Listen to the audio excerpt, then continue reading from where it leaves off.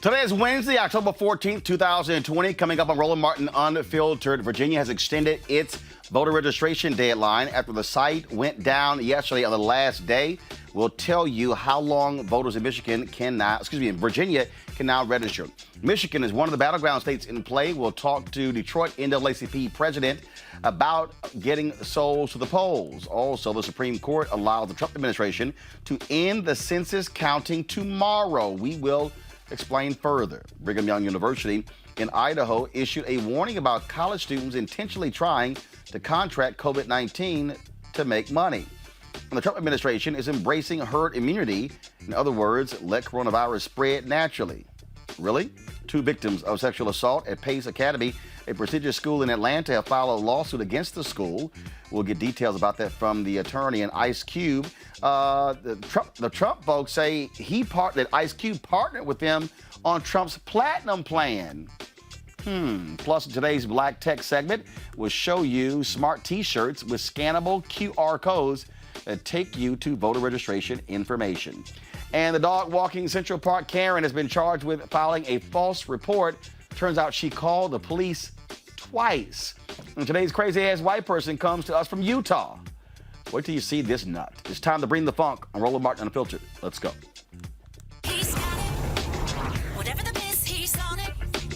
Whatever it is, he's got the scoop, the fact, the find. And when it breaks, he's right on time and it's rolling. Best believe he's knowing. Putting it down from sports to news to politics. With entertainment just for kicks, he's rolling. It's on go, y'all. It's Roland Martin, yeah. Rolling with Roland now. He's funk, he's fresh, he's real, the best. You know he's Roland Martin now.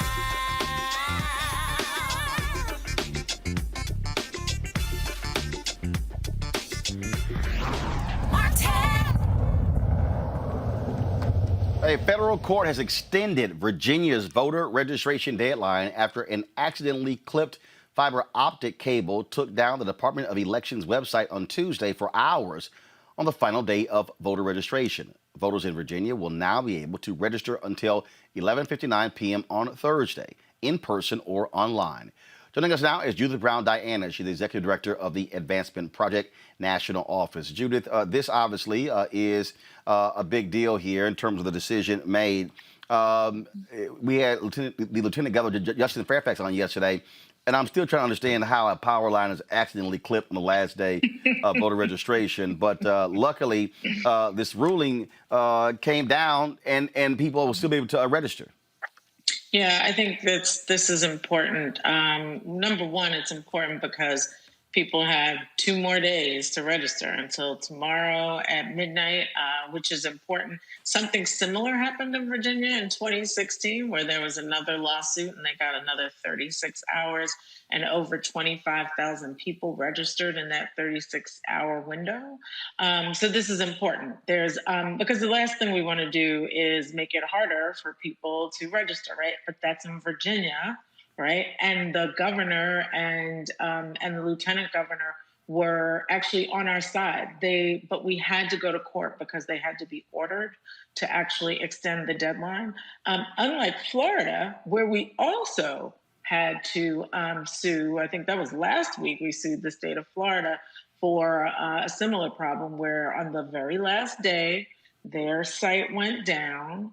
And people were caught not being able to register. And there they extended it until midnight the next day, but they fought us tooth and nail for any further extension. So in Florida, we have a governor who's not friendly to people voting, and versus Virginia, where they really want an inclusive democracy, you get a different result.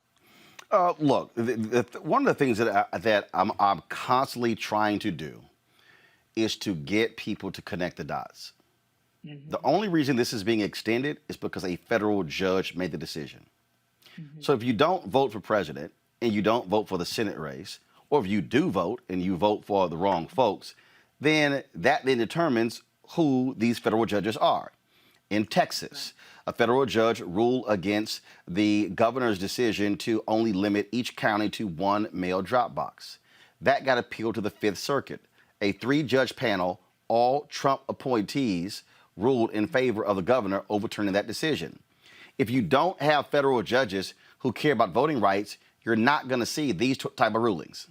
That's right. And that Texas is a great example of that, where, you have a governor who is an opponent of voting rights, who wanted to make it harder to voters, and then you have a federal bench. And that's important, that these judges, and the Trump administration has appointed more judges in their 4 years than President Obama did in 8 years. And so that impact is going to be an impact for forever. If we think about this Supreme Court nominee, right? This Supreme Court nominee is very important because not only is the Affordable Care Act, Obamacare, going to be decided, a case going to be decided the week after election, and this person could be sitting there, but also this judge will probably be involved in a voting rights case related to the election and the presidential race. And so, yeah, it's very important. It's all connected, and we should not think that it is not. And the thing here is, again, when you see these type of attacks on voting, in this case, a power line gets cut. But again, when we talk about what is happening in these other states, there is a very clear effort by the Republican Party to limit people from voting because they know if they shrink the electorate, they have a better chance of winning. Yesterday, more than 1 million Texans cast early ballots, and they haven't even done a final tabulation. That's a record. That's right. I mean, this is, I always think that people say, oh, you're talking partisan. Actually, I'm not talking partisan. I'm talking fact. The Republican Party across the board has tried to make it harder to vote, including in a pandemic. So the lawsuits that have been filed about are lawsuits where we're trying to expand opportunities to vote, make people safe so they don't have to choose between their health and the right to vote. Meanwhile, Republican governors and election officials are trying to make sure that, you actually should have your ballot in on election day, not postmarked by election day. Or we're not going to do drop boxes everywhere because we actually don't want you to be able to drop off your ballot because we don't want your ballot in the first place. So it comes down to them trying to save their party, save their guy in the White House, but it's also targeted at Black people because they know that when we turn out, there's going to be, we're a different electorate, and we are not going to support people who don't support our rights. But and for people to understand, Anthony, go to my iPad. Appeals court dismisses Texas GOP lawsuit over drive-through voting in Harris County. They literally are bitching about drive-through voting. And the judges rule that there is no harm for the GOP when it comes to drive-through voting. They literally are pissed about drive-through voting. That has nothing to do whether you're a Democrat or Republican. They want to stop any effort to make it easier for people to vote. Here are folks trying to stay safe by remaining in their cars. Republicans like, no. We want y'all to get the hell out of your cars, standing long lines and wait. That's right. And the reason they're doing that is because they're hoping that we'll get frustrated and we will make a choice to stay home. That is exactly why their calculation is if we make them jump through hoops, then they won't vote. And clearly, if we look at Georgia, if we look at Texas, we look at these long lines, people are saying, the heck with that. I'm standing in this line as long as I can. But literally, what's it to you, Roland, to be able to have drive-through? And it's not even first of all, there should be places where you can drive up and cast your ballot right there, right? Like curbside voting. Okay, but we're not talking about that. We're talking about your mail-in ballot being able to have a drop box that you put it in, right? They don't want us to have that. What's it to you that you have more than one? As long as you have it's secured, it has cameras, all of that, like other places have done, what's it to you? What's it to them is that they just don't want us to vote. Look at this story right here from Kyle Griffin.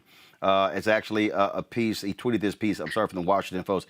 Videos show closed door sessions of leading conservative activists. Be not afraid of the accusations that you're a voter suppressor. This is what the lead said. As the presidential campaign entered its final stages, a fresh-faced Republican activist named Charlie Kirk stepped into the spotlight at a closed-door gathering of leading conservatives and shared his delight about an impact of the coronavirus pandemic, the disruption of America's universities. So many campuses had closed, he said, that up to 500,000 left-leaning students probably would not vote. So please keep the campuses closed, he said to a cheering audience, like it's a great thing. I mean, it's like, so you want to open the businesses, right? But keep the campuses closed, because keeping the campuses closed keeps you in office. I mean, this is, the hypocrisy of it all, which really is about them knowing that young people are not voting for them. Young people see the handwriting on the wall. They want their college debt wiped out, right? And the Republicans ain't going for that. And so they want to make this harder for them. They want them to sit at home and not vote. And this, I have Roland, my daughter's an 18-year-old, just went off to college. She's in Louisiana. And I will tell you, it's very difficult for young students on campuses to vote, to figure out all of the rules. And so we need to understand that these rules are in place. These, barriers are in place because there are some people who want to keep power for themselves, and they see the browning of America, and they know that, we're not down with their agenda.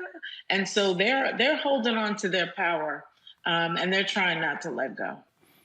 In fact, go back to my iPad, please. Tom Fitton, someone you know well. He's, of course, president of Judicial Watch. They are supposed to be a tax-exempt charity. This is what he said, okay? He called on the audience to find a way to prevent mail-in ballots from being sent to voters. Quote, "We need to stop those ballots from going out, and I want the lawyers here to tell us what to do." But this is a crisis that we're not prepared for. I mean, our side is not prepared for. Our side. Mm-hmm. He's clear on who his side is, right? And his side is not our side.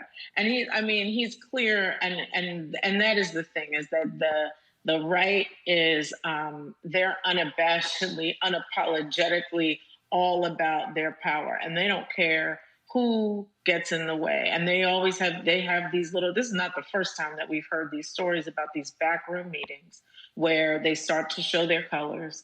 And it just so happens that somebody's in the room who's taping it, and they are going after us. And so, but at the end of the day, this is the thing, is that the power that we have is underscored by the length that they will go to actually stop us from voting.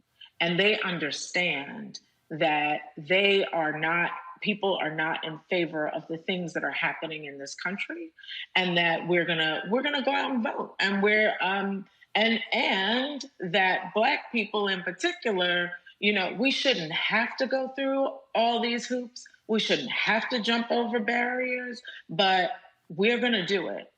Because we know what is at stake. And this election in particular, our health is at stake, the economy is at stake, our families are at stake, education is at stake.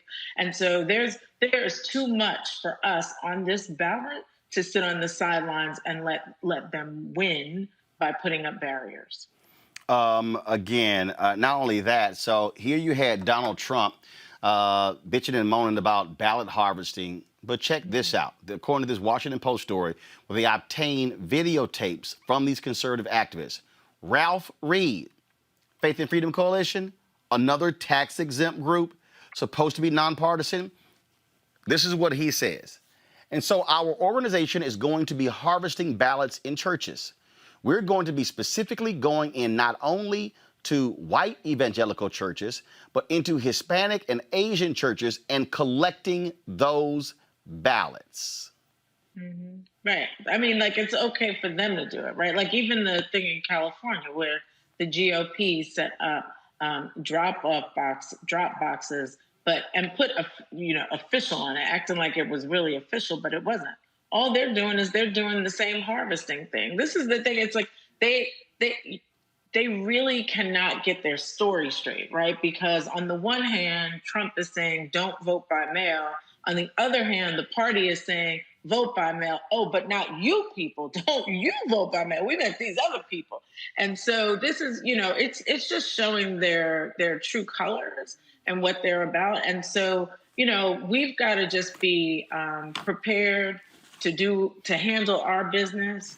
I went the other day. I saw the drop boxes in Maryland. I'm looking forward to filling out my ballot this weekend and dropping it in one of those drop boxes. And so we have to take the steps to protect ourselves, wipe out all the disinformation and misinformation and make sure that we cast our ballot. Well, I voted yes. I voted yesterday in Dallas County, so I've already Did you use that one drop box? No, I went to the polls. Okay. We did that. How long was the line? Line wasn't long. Folks were in line, but it also helps when your parents work the polls, so you understand all the different places where you can vote. So, right, so people are actually doing well. So, Judith Brown Dianis, I certainly appreciate it. Thanks a lot. Thank you, Roland. All right, appreciate it. Want to bring in my panel right now. To further talk about this, A. Scott Bolden, former chair, National Bar Association Political Action Committee; Robert Patillo, executive director, Rainbow Push Coalition Peachtree Street Project; Michael Brown, former vice chair, DNC Finance Committee. This is real simple, Michael. This is real simple what we're seeing here, and that is Republicans don't give a damn about the voting rights of people of color. They don't care about the voting rights of everybody. They care about their side, largely white people, voting. We see the games that they're playing, and I said it, and I don't care what people say. If you black and you voting for Donald Trump, you're voting against your own people. You're voting for thieves. You're voting for a Republican Party that is hell-bent on stealing elections. They want to put up every barrier. Yes, I don't care what anyone says. You can equate what Republican Party is doing today with what Dixiecrats and racists did to black people in the 50s and 60s to keep them from voting. And frankly, and hey, Roland, and possibly even worse, because maybe even in the Jim Crow South, certainly in the 50s and 60s, it was still kind of in the shadows and people knew what was happening. But in today's world, these folks are just telling you their strategy. They're not ashamed. They don't care. They want you to know exactly what they're doing, how they're doing it, and they want you to do something about it. And the way you do something about it, and that's why I'm so proud of folks that are standing in line for 5, 6, 7, 10 hours in early voting to get their vote cast. It is so impressive. It's happening across the country. So people are saying, I don't care what your tactic is.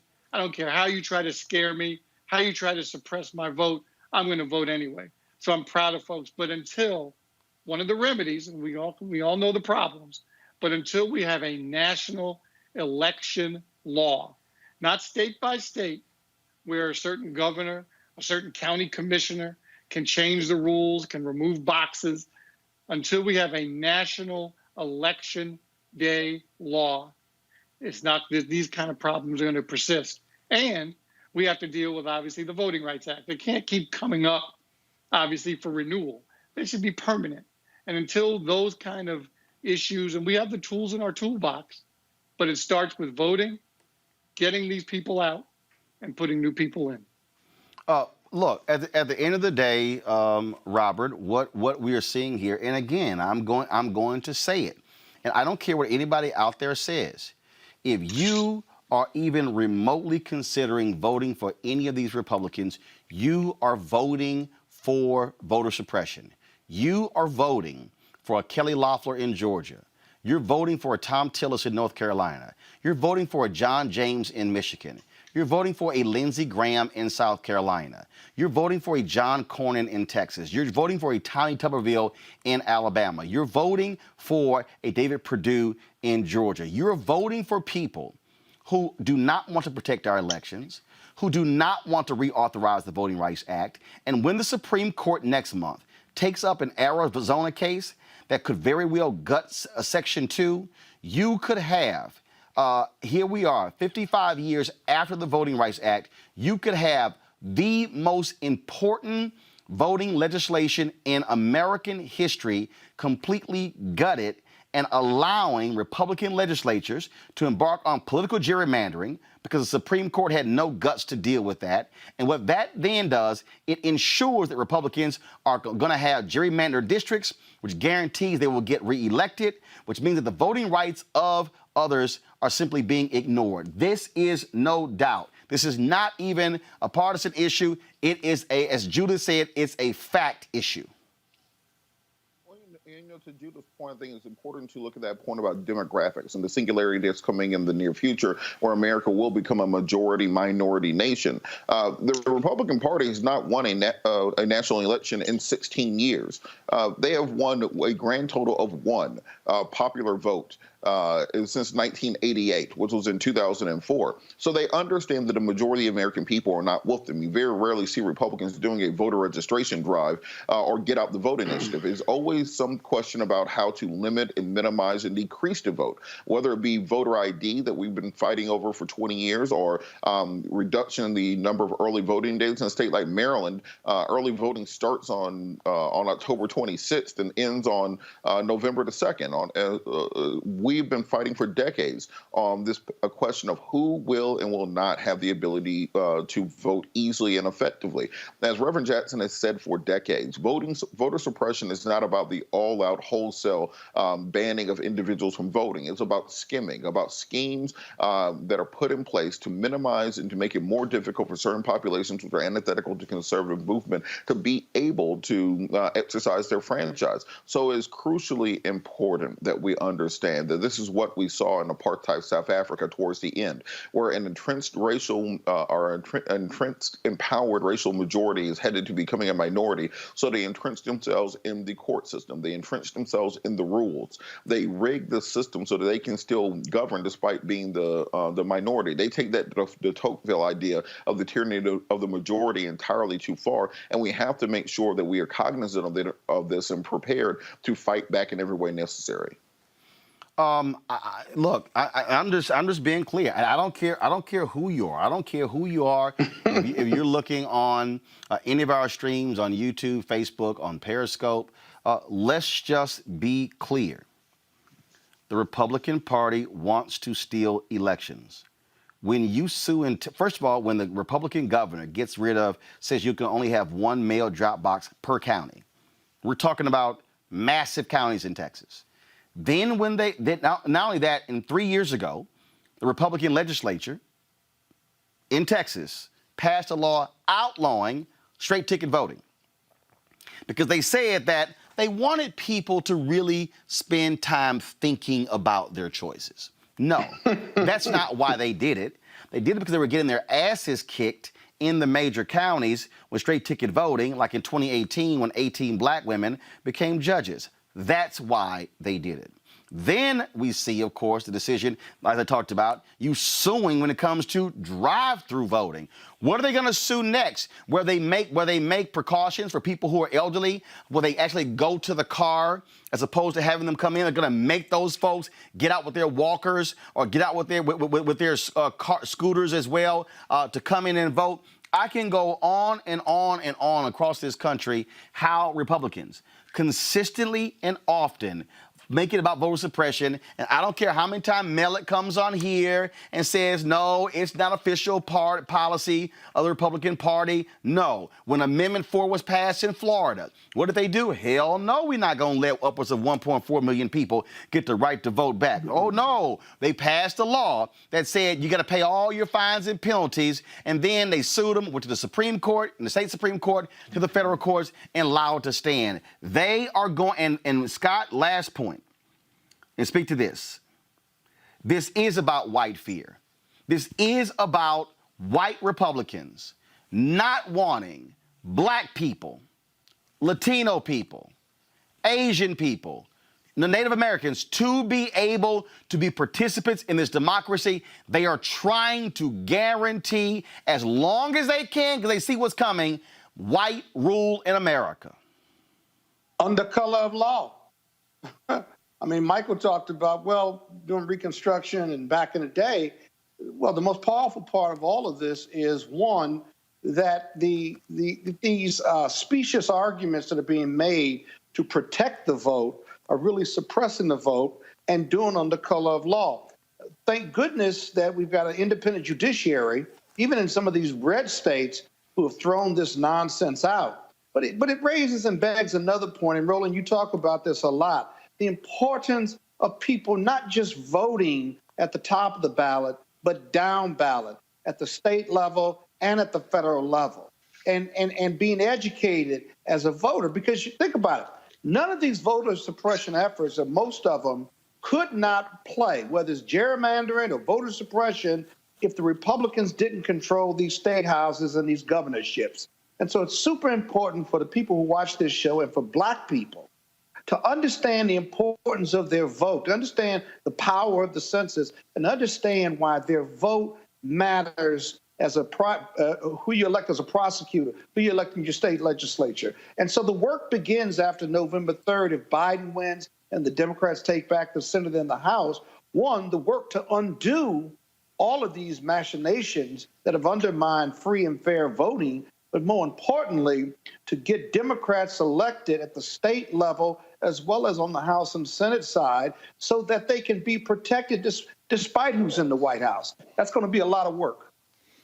Look, it's very clear what we're dealing with here. We also are looking at, again, the type of misinformation that's being out there. And there also is, again, when you see the games being played all across the country, even in all these different elections. And look, there are 19 days left before Election Day, but early voting, again, has started in so many different states. Michigan is in play, and leaders are warning voters to stay informed, be prepared, and don't sit it out. Watch this video.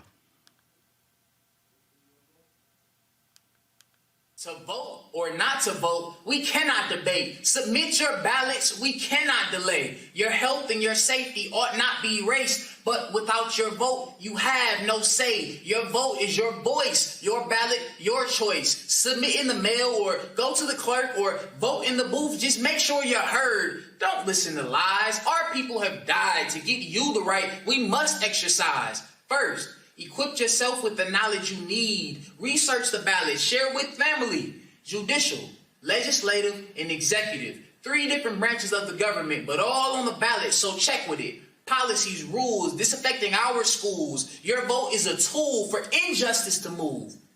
The best way for us to win the game is to get in the game. We see things in this system that we need to change. Racist police killing us in our streets, disrespecting our lives, killing us in our sleep. Ayanna Jones, Breonna Taylor, George Floyd, Priscilla Slater. Black lives need justice. We must demand greater. Are you mad? You should be. Frustrated? You should be. Fed up? You should be. So take your souls to the polls and vote on November 3.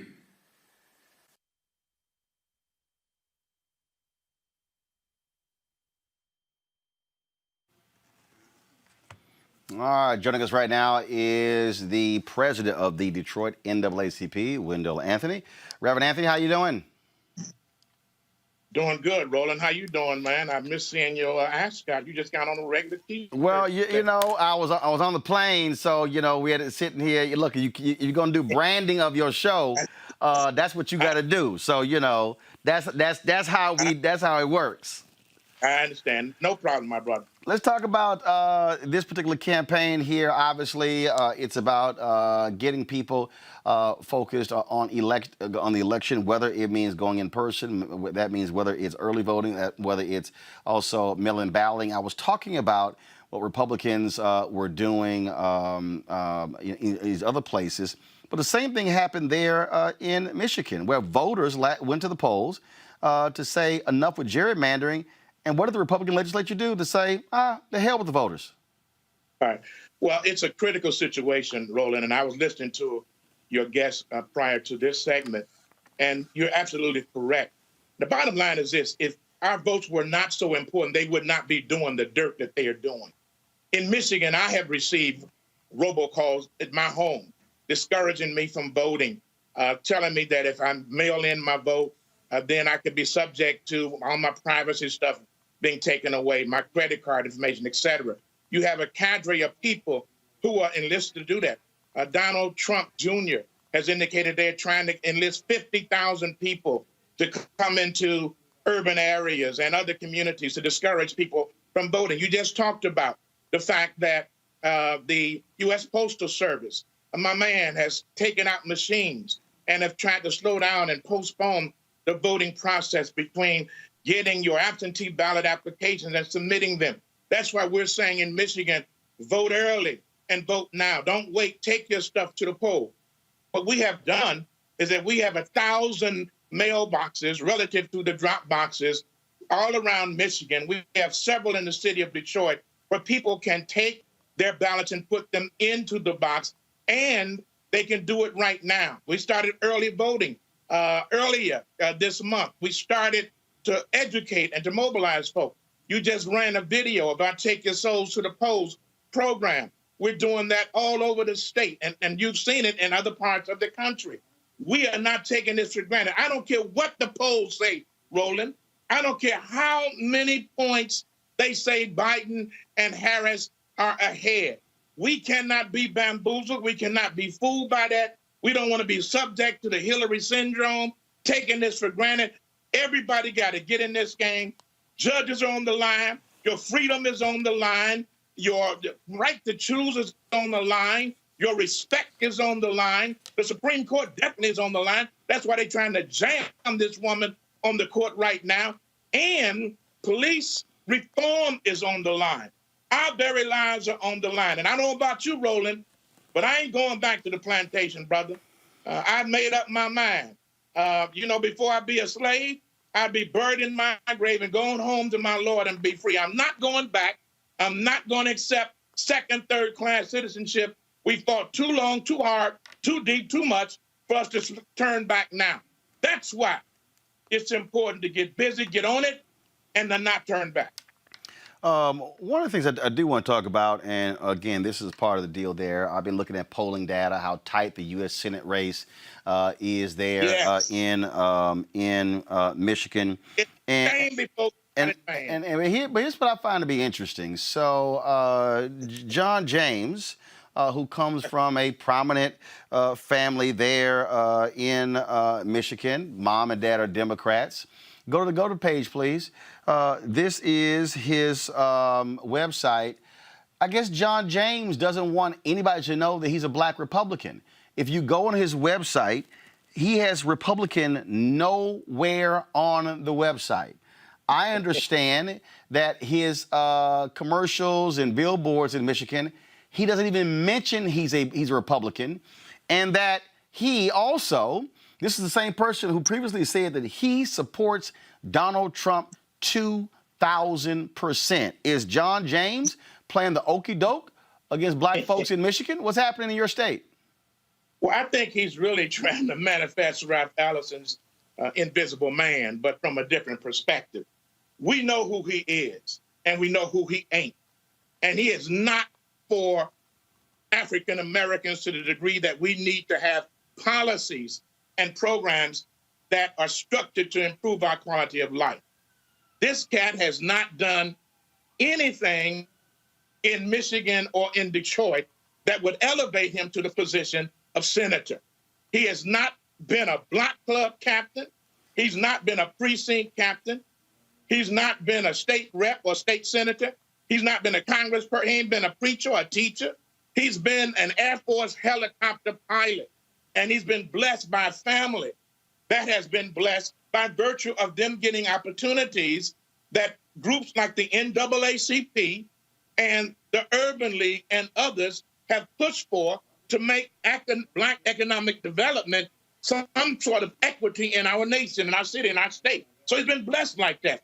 And the fact that he wants to end our health care, the fact that he wants to support Donald Trump 2,000%, not 200%, not 100%. He said 2,000%.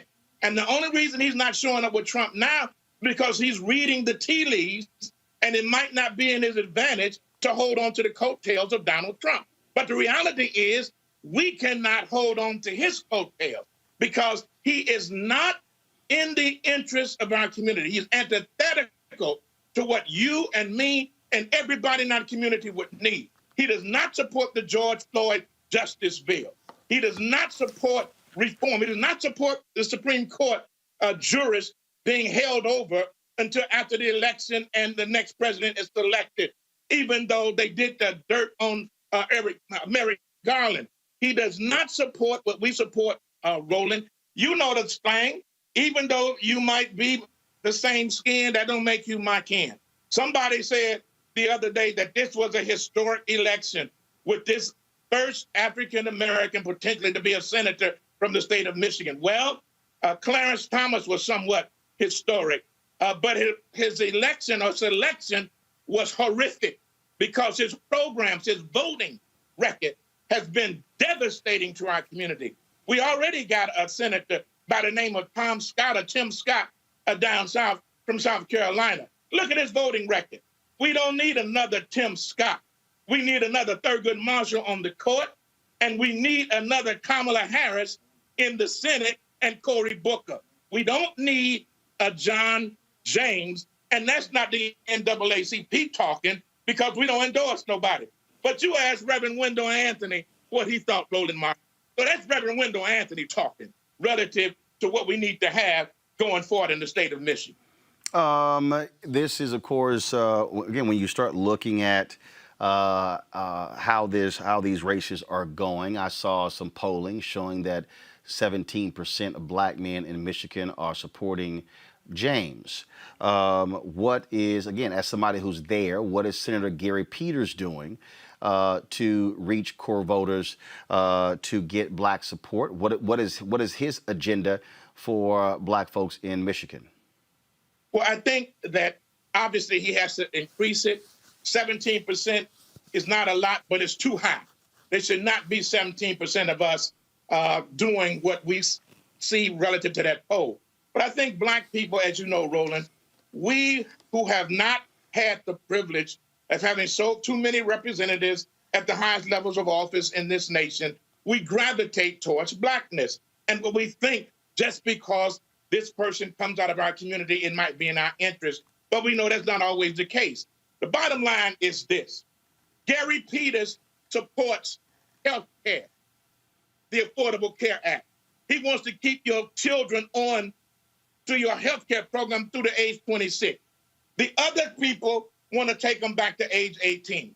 Gary Peters supports pre-existing conditions as a condition to determine whether or not you are qualified or still should be eligible for health care. The other people are in court right now to try to disconnect and take that away. Gary Peters supports the George Floyd Justice Act that is put forward by the Congressional Black Caucus and the Congress. The other people do not. Gary Peters wants the Supreme Court jurists to wait until after the election of the president. The other person does not. Gary Peters wants to make sure that we have testing, that we have tracing, and that we deal with this resolution of this situation that has caused 217,000 people to die, and to wear masks, and to make sure that you are observing physical distancing and all scientific protocols. The other people do not.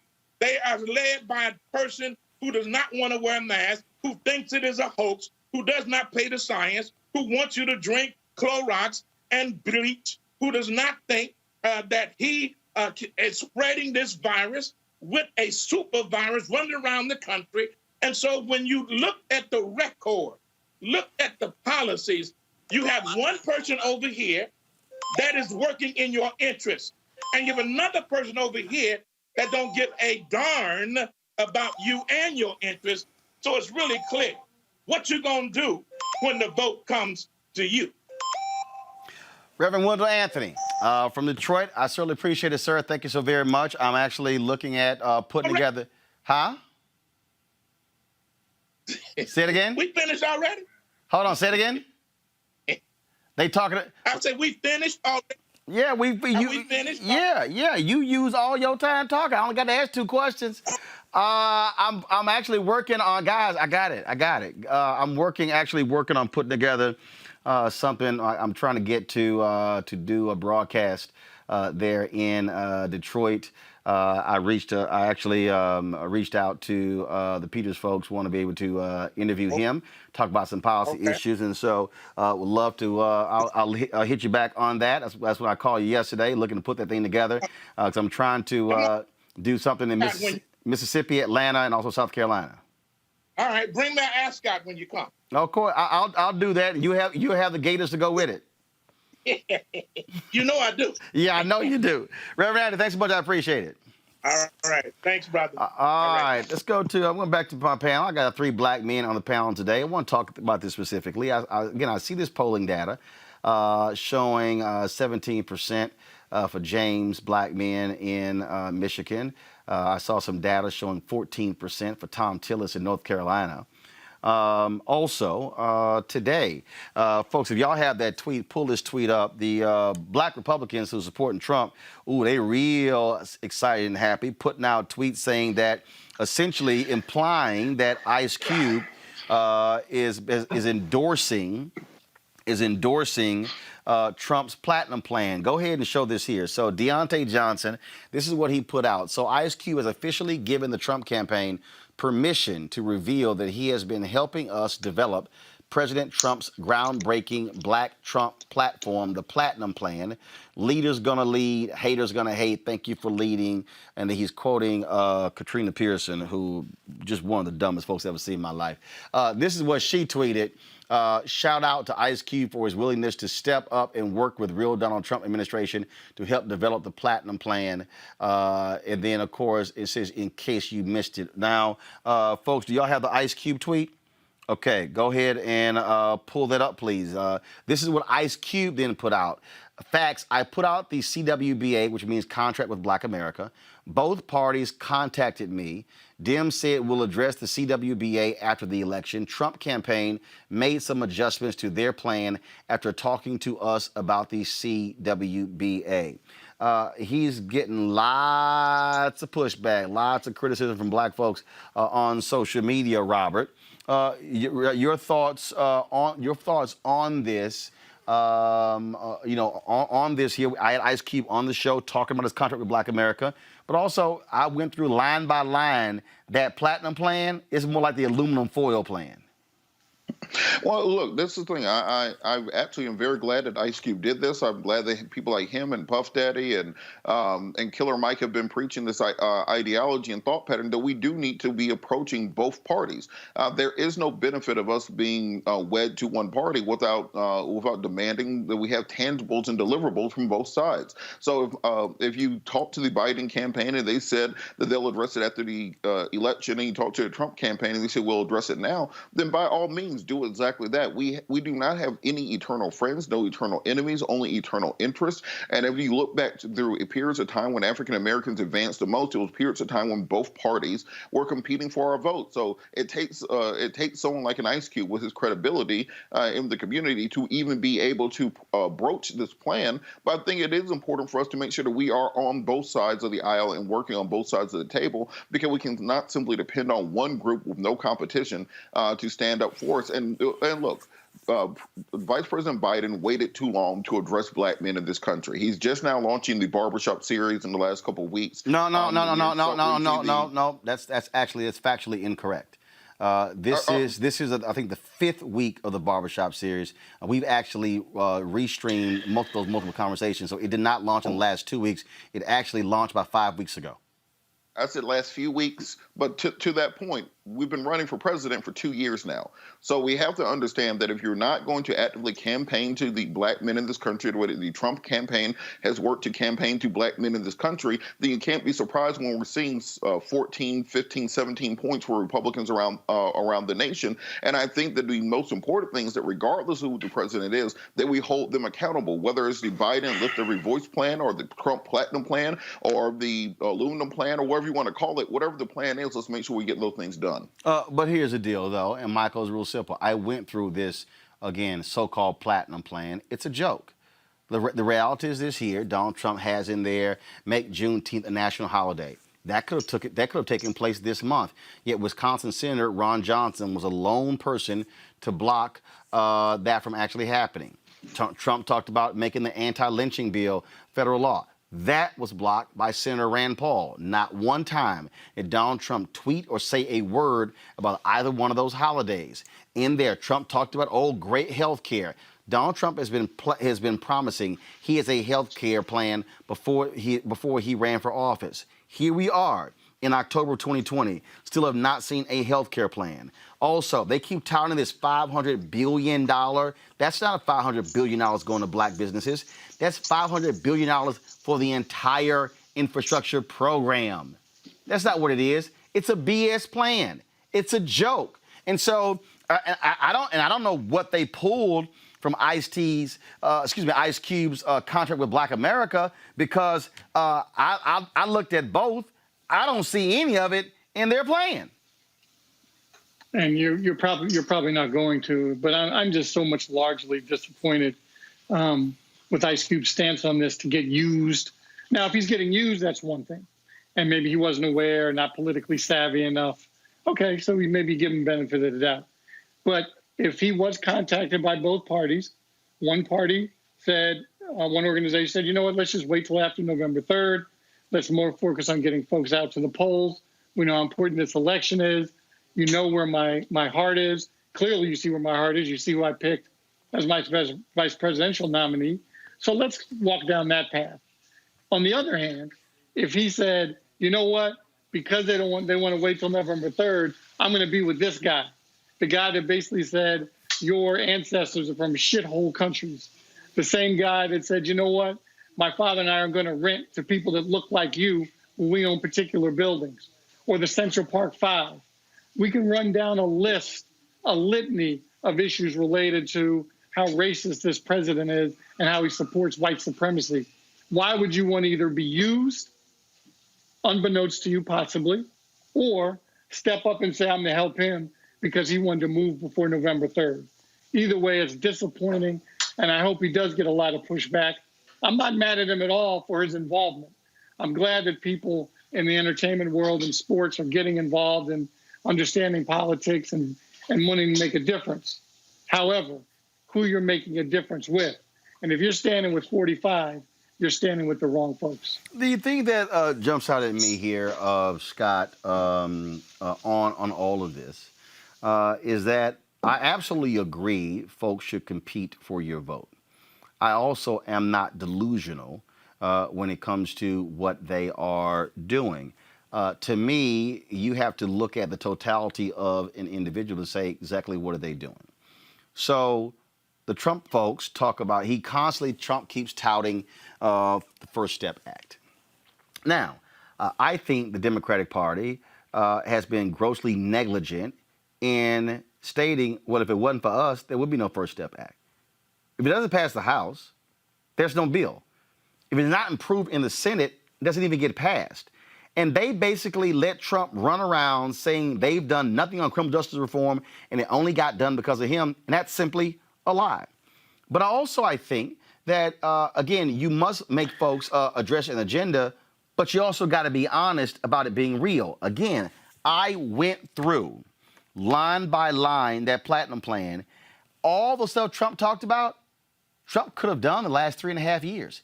He didn't.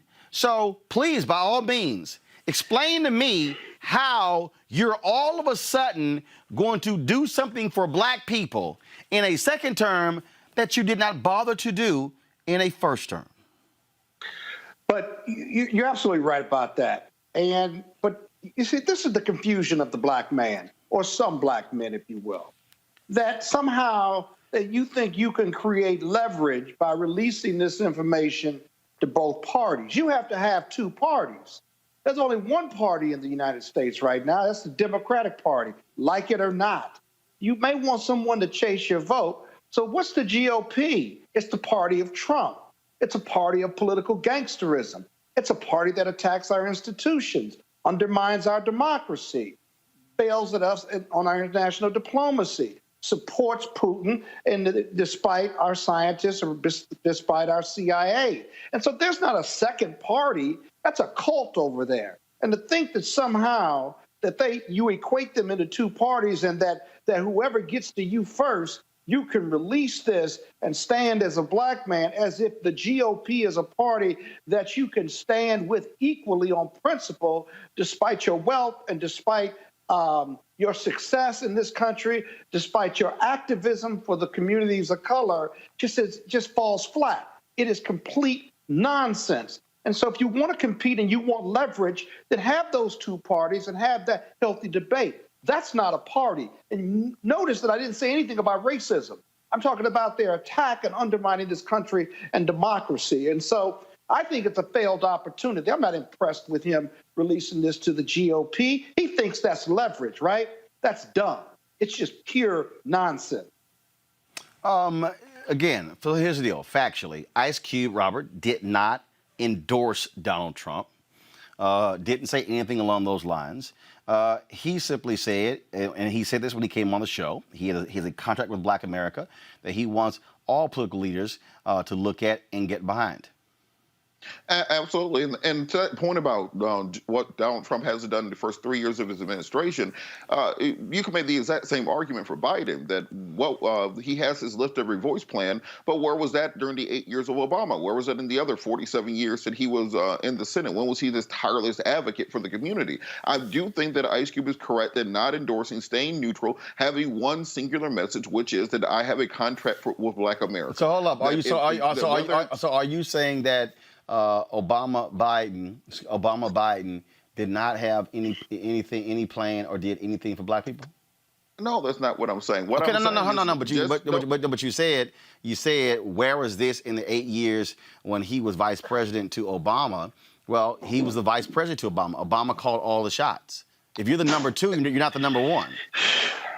But to your point about whether or not, why didn't Trump do this in his first term, then you can ask very similar questions. But the important point has to be that as African Americans, we have to have some fundamental things that we hold dear to us that we're not team players on, that this is individually and specifically for our community, that regardless of who wins and who loses, who lives, who dies, who tells your story, that these are the things that are non-negotiable that we want done. And just as Ice Cube said, he did not endorse Trump, the Biden campaign could could meet with and answer the questions and put out their plan for the contract or their opinions regarding the contract with Black America tomorrow, and it'll be a moot point. We have to have both parties competing equally with us, and if the Trump campaign did it first, they should get credit for doing it first. But here's the deal. Oh God, they're not a political party, though. 1 second. But here's the deal, though.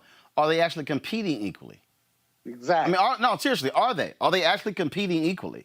I mean, look, if I walk through this, Donald Trump and his people have made no effort to talk to Black America at all. The folks who they've talked to have been Black conservative activists. They've done, I don't recall Donald Trump sitting down other than Harris Faulkner, who's on Fox News. I don't know any Black journalists who he has sat down with.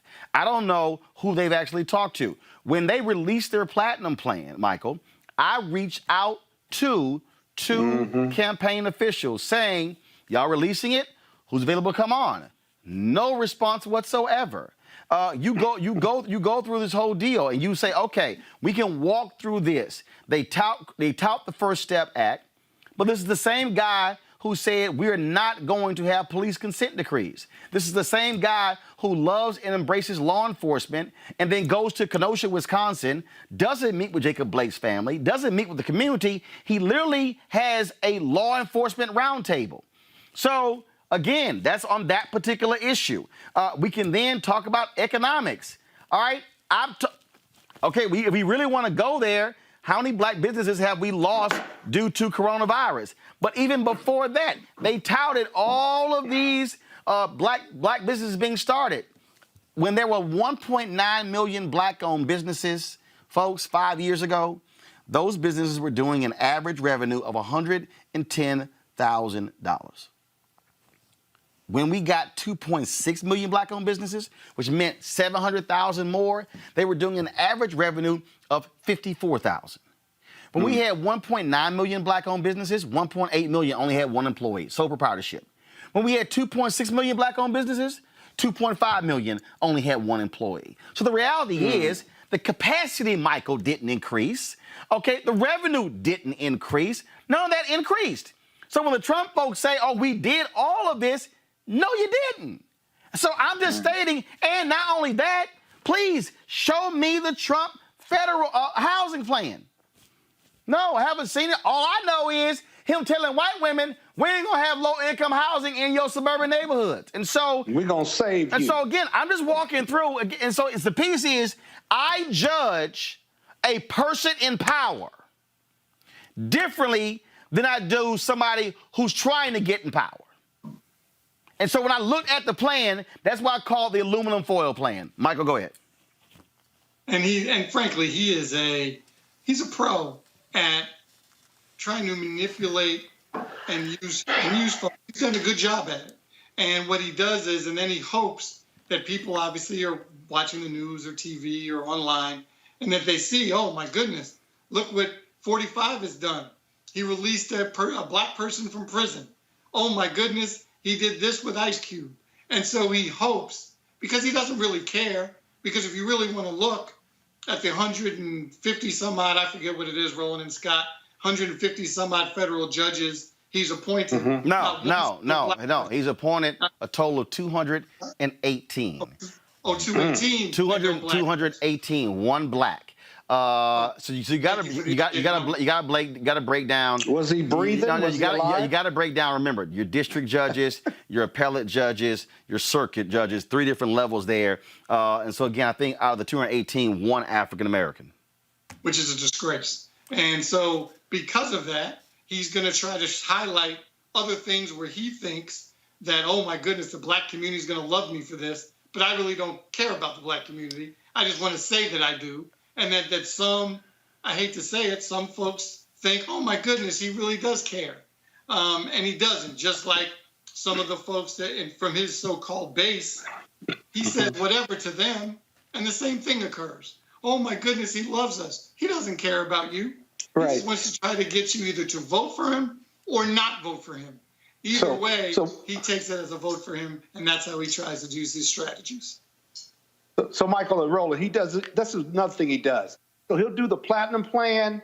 He'll release the woman from prison. And then on the other hand, he'll talk about S-hole countries and Barack Obama not living here. And he'll tweet out white power, and then they take it down. And then what his people will do to defend him when it comes to African Americans on an urban agenda that he doesn't have, he'll say, yeah, but he did criminal justice reform that wasn't his bill, and he did the platinum plan, and he and Ice Cube are partnered on the contract with Black America. So he gives his defenders talking points to argue, but they don't argue in regard to all the negatives. So you may have 10 or 15 negative points or acts by this administration that hurt black people. You'll have 3 things that he alleges that he did for black people and say black people love him, and that he has enough for talking points, but it's a false reality. It's not a political reality. It's a fallacy. And that's probably why you have some black people, 10% or more, black men, who only read in part of the story, not the whole story, and then they go in and say, I'm going to vote for him because I lost my job to an illegal immigrant. Or they ignore all the other things that he's doing to destroy this country as a super spreader of COVID, for example. 1 out of every 1,000 black people have COVID, and he treats it like it's a hoax and what have you. And those issues ought to matter to all of us, not just black people, but look at it. 40% of America supports this nonsense. And so that's why the race for Biden to get elected and Harris to get elected is so vitally important. Not just to black people, most importantly to black people, but for all Americans. It's just complete bullshit. Well, I do think, though, that the responsibility, though, is also on the other party to also define themselves. And that is, if you are... Well, that's true. No, wait, I'm not done. No, excuse me. The country's at stake. Excuse me. I'm not getting lost in anything. What I'm saying is this here, okay? That was a 9-point gap between black men and black women for Obama and Romney in 2012. That was 8 years ago. That was a 13-point gap between Clinton and Trump in 2016, 4 years ago. Now, if Democrats were so damn clueless and not paying attention to what happened 8 years ago and then what happened 4 years ago, then all of a sudden in 2020, you're now going, oh, what do we do? That's on you. because that's you not paying attention. It's not like there were not people like me and others who were sounding the alarm. And this issue has nothing to do, and let me be real clear. I had these black women out there who were saying, oh, it's all because of misogyny. No, it's not. It was a 9-point gap between two men in 2012. Was there misogyny involved with Hillary Clinton? Absolutely. Is that the sole reason? No, it's not.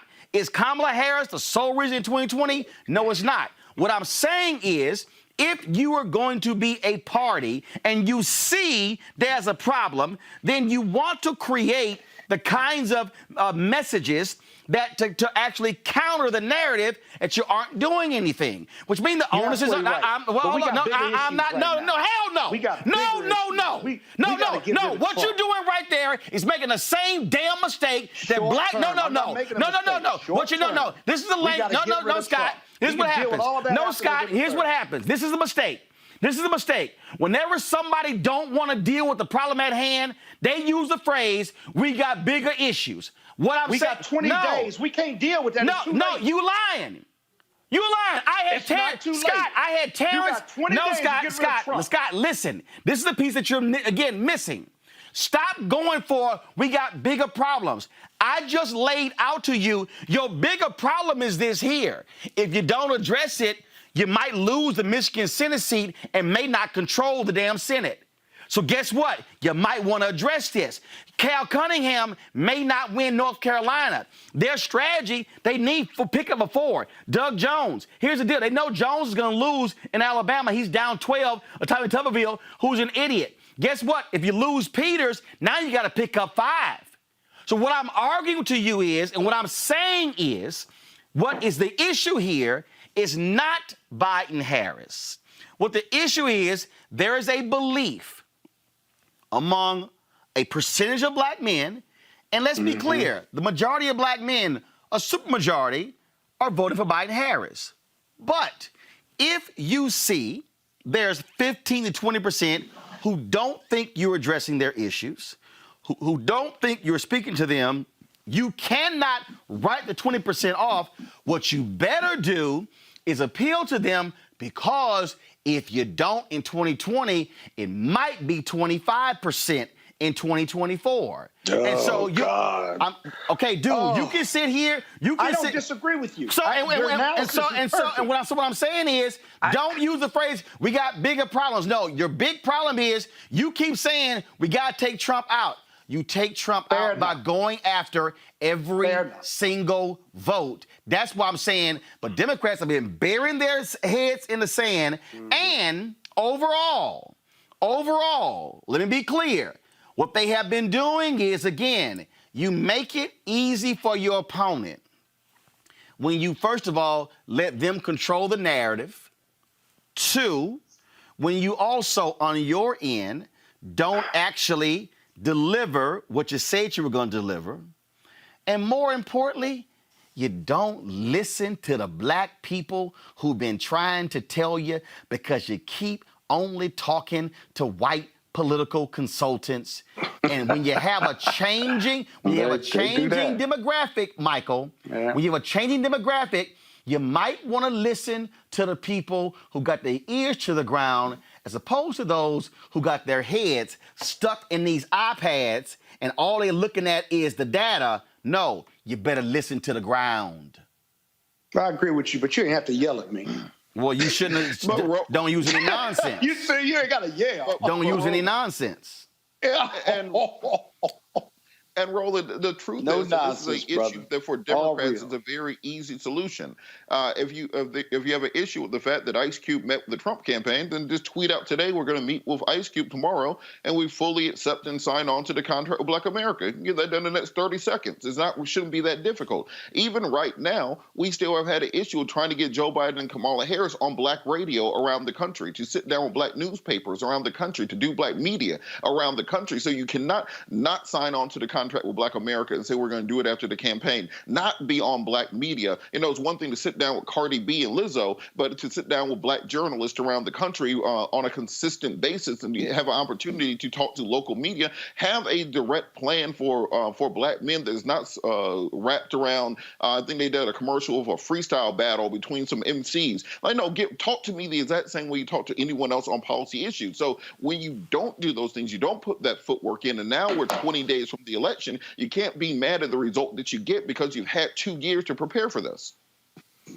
Michael, look, you've been on the DNC Finance Committee, and I'm telling you, this is not new to Democrats.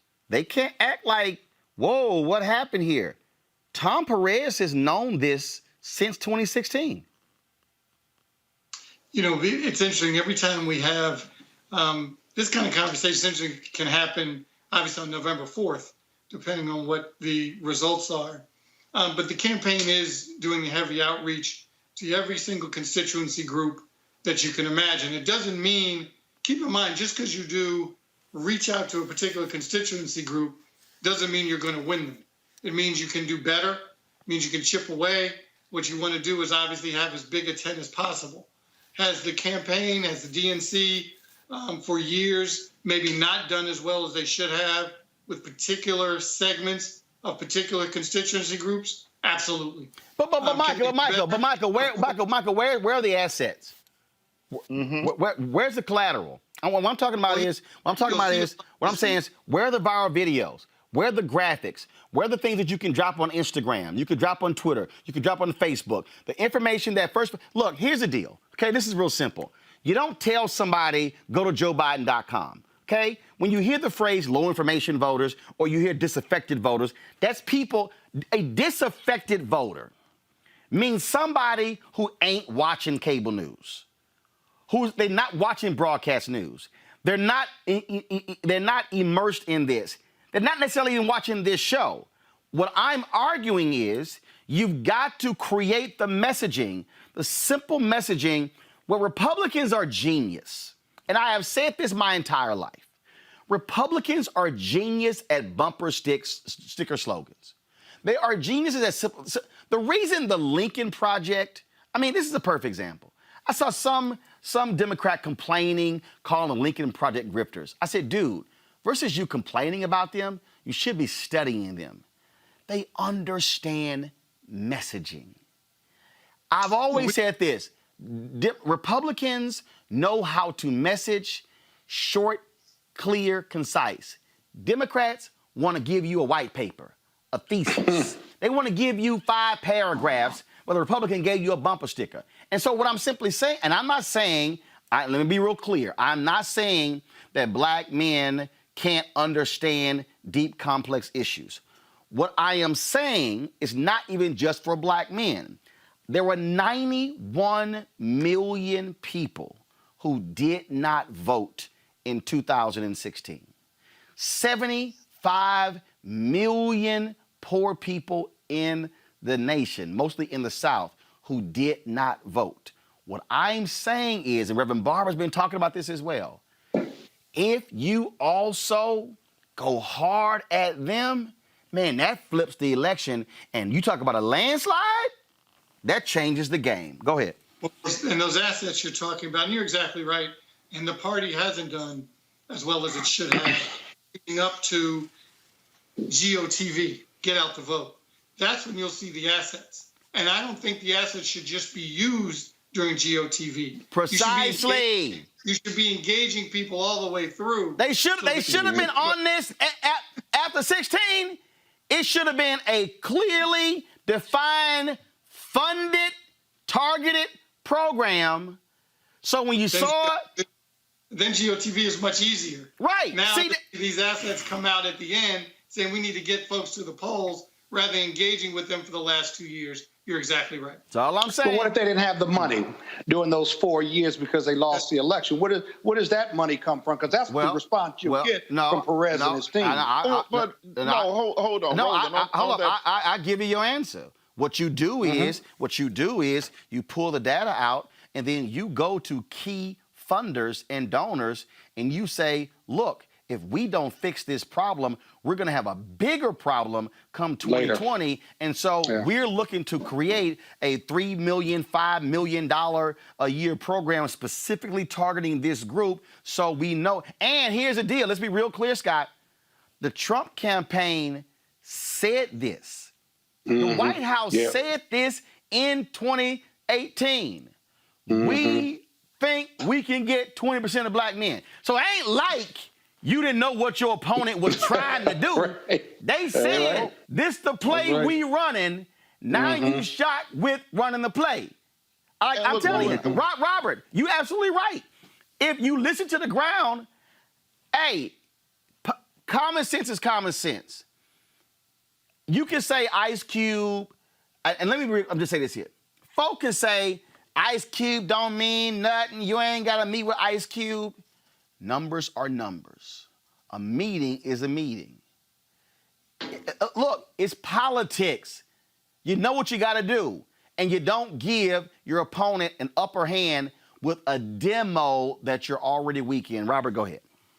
And to just on Scott's point of maybe they were out of money, and for every person who's ever run a campaign, a Democratic campaign in this country, particularly a black Democratic campaign, that is always their answer. That, oh no, we had enough money for outreach to the LGBTQIA APK plus community. We had enough money for outreach to the Jewish community. We had enough money for outreach to the Asian community. We had enough money for outreach to suburban white housewives who drive a station wagon and have 2.5 children. We had enough money for outreach to black women. But oh no, we just dang it, catch me next week. I just ran out of money. I'll be back the next time. No, for real, on the 4th. I'm going to pay you back on the 4th. Even if you're out of money, what is stopping Joe Biden from being on Roland Show tomorrow? I don't care how much money you out of. He can get on his phone and be on the show tomorrow. What's stopping him from being on my show on Sunday or Santita Jackson show? Because they don't have the will to do it. Just like in relationships, people make a priority when something is a priority. So if someone's not making a priority out of you, that just means they're not. Wait, hold up. I'm gonna answer it. And so here's the deal. So I'm gonna move away from the Biden campaign. I'm going to move away from the DNC because you asked the question, how do you make them? And now I'm going to talk about internally among black men. Now, I would love to get all y'all thoughts on this, and this is real simple. Black women meet. Black women organize. Black women mobilize. 3 of you are politically connected black men.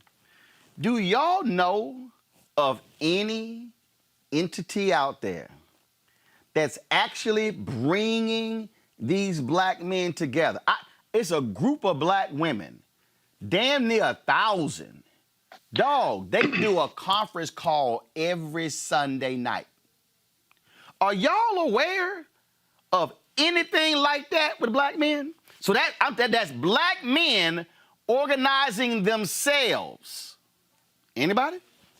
Well, certainly. The Boulay does that on a national basis. No. See right there. Alpha No. Psi See, Scott. No, Scott. Even the local chapters No, do Scott. No. That is so Scott, true. You didn't listen. I participated in it. What do you mean? No. Scott, you didn't listen to what I said. I did. No, Scott, you didn't. I listened critically. No, you didn't. Trained to no, listen you to didn't. you. Especially whether you scream at me or not. Scott, I listened to you. No, Scott. You said this group, this group, this group. That's insular. What I'm talking about among the black women, it don't matter your affiliation. There's an entity, whether you are AKA or not, whether you are Delta or not, whether you Lynx or not, you ain't got tied to nothing, whether you HBCU or not. And what I'm saying is that also is part of the deal, because if you do not have an organized and mobilized group to make the demands, then you can't make the demands. Robert, I think that's a small distinction you're making. Oh, no, you it's asked about, do you know of any groups of black men who get together? It's a huge distinction. No, that's not what I answered. No. That's not what I said. I know individual organizations, guys. I'm in several. I'm speaking of just independent men. An organized entity comprised of black men from multiple different backgrounds that are specifically mobilized and organized to raise money, talk about strategy and policy on these issues. Robert, you about to say something? Go ahead. Well, I think. And let me to your think point, about it, Roland, Robert. Yeah, Why you go. do Yeah, that? you need to think about it. Go ahead, Robert. that I think we understand that there is a thirst for a backing and infrastructure of that nature, but you have to have the funding behind it. No, you don't. Those groups. Robert, Yeah, the funding behind those it. 1,000 women don't have funding. Robert, those black women don't have. They ain't got no Robert, funding. that's self-funded. No. Yeah. These are black women. I'm telling you, dude. Every Sunday night they own a call. These black women it was like, yo, we got to do this thing. The election, we gonna meet, bruh. They from all different backgrounds. They didn't go out and go raise $1 million and said, now we gonna meet. They said, we gonna meet, and the hell, we gonna raise money ourselves. They literally are meeting, mobilizing, talking strategy, having campaign people on the call, raising money. All I'm saying is, are the three of y'all aware of anything like that that's not insular in terms of an organization, but that's broad, that's specifically about black men? Anybody? Yeah, there's Mondale Robinson's got the Black Male Voter Project, which is trying to achieve that goal. So I had you can't say that. no disrespect. What's wrong with that? No disrespect. I had Mondale on this show discussing that very thing. I ain't heard from them since. They're still out there working, so we need to be getting in there and supporting them in the next 20 days. So it's not as if the organizations don't exist. We just simply have to make sure that all groups are on the same page. Look, all I'm saying is this here. I got nothing against Mondale, but here's my whole point. Okay, Michael, I had him on. I have not received a single thing from that initiative since I had him on.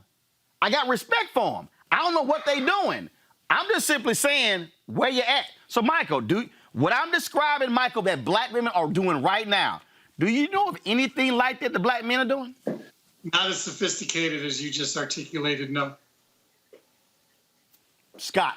Somebody that is listening, send me a text right now.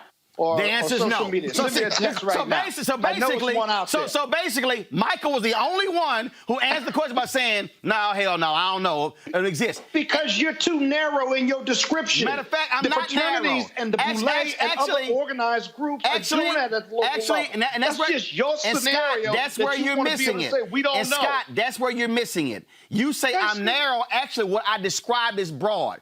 Okay, here's the deal. Can a man who's not a Kappa participate in the Kappa conversations? Yes, as well as the Boulay. They can participate. Yes, they can participate. How do they even know y'all meeting?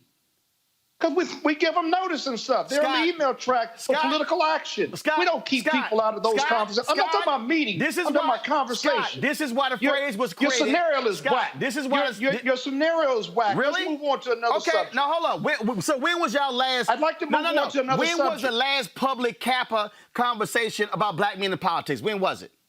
You just said it wasn't a Kappa conversation because there were non-Kappas involved. Okay, when was the last I'm on a text link that has thousands of people talking politics. They're not all Kappas. They're not all from Morehouse. What about Morehouse men who do that? I can tell you right now, the Alumni Association does that. Right. And again, though, you're describing individual entities. What I'm saying is labels don't matter. It's the level of participation that is the issue of your 1,000-person woman. Your 1,000-woman conference call. So you said there are thousands of men on this text thing, right?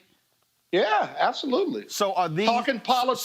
Talking about what they're doing in their local community. Wait. So are these 1,000+ black men? Are they black men? Wait. Are they mobilizing, organized, and are they directly dealing with the Biden-Harris campaign? Now you're adding facts. I don't know about all that. What I'm saying is those conversations are taking place. See right here. Let's move on, please. No. Let's move on. Ain't your show. Oh, here we go. That is the most selfish statement you make to me. And you don't make it to anybody else. Why don't you make that to Michael? Here's the deal. Scott doesn't want to deal with the overarching point I'm saying. And what I am describing is the exact... I get it. Robert, this is the exact same thing I said to Ice Cube, which was the exact same thing I said to Diddy. And that is, when you are trying to achieve something, you have to have infrastructure or an organized entity whose job is to get that very thing. What it can't be is a loose federation of, well, that group and that group and then that group and then that group, because what you're not doing is you're not coming to power with power. You're coming as an individual. What I'm arguing, Robert, is when you take these black women, okay, who are meeting every Sunday, agenda, raising money, every single week, that's called organized and mobilized. And what I am arguing is that if we want to see what we're discussing change for black men and organizations are going to have to move outside of their walls and open it up to anyone, and then to create that infrastructure to achieve what we're talking about. Otherwise, it ain't gonna get done. Robert, final comment. And I agree with you completely, but that's why I keep keying in on the point about funding, because when you look at these fundraising totals, Joe Biden raising $352 million, how much of that money is being invested into organizations of that nature? Because you are depending on getting 90% of that vote. So you have every reason to be putting money into those initiatives. And if you're not putting your money where your mouth is, you're going to end up with these results, and you can't be mad at them. And what I'm trying to get you to understand is that those black women are not sitting there waiting for the party or a campaign to raise money and give to them. By them mobilizing and organizing, they're raising the money themselves. I gotta go. And Roland, let me jump in real quick. 100 Black Men, Black Professional Men Inc. Do those qualify? They blowing up my text with organization. If it's an organization you don't want to deal with. No, you still are missing what I am saying.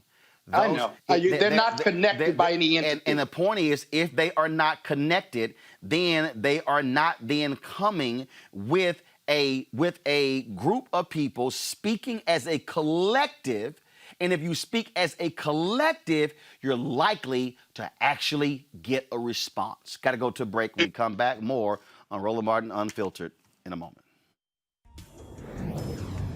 And there are a lot of people, they don't know if they can. They don't know what to do, how to do it, where to do it. They get, all these documents and pamphlets in the mail, but they don't really understand how to dig through and figure it all out. So I think, the solution, because I'm all about solutions, is figuring out a way to reintroduce that into the school system. And I think, getting people together who are like-minded, right? If you don't know exactly what's happening, I think the first thing is don't be ashamed of that. Don't be ashamed to say, I don't really know what that means. I don't know what that term means. I don't know what this politician stands for, even if everyone's talking about it.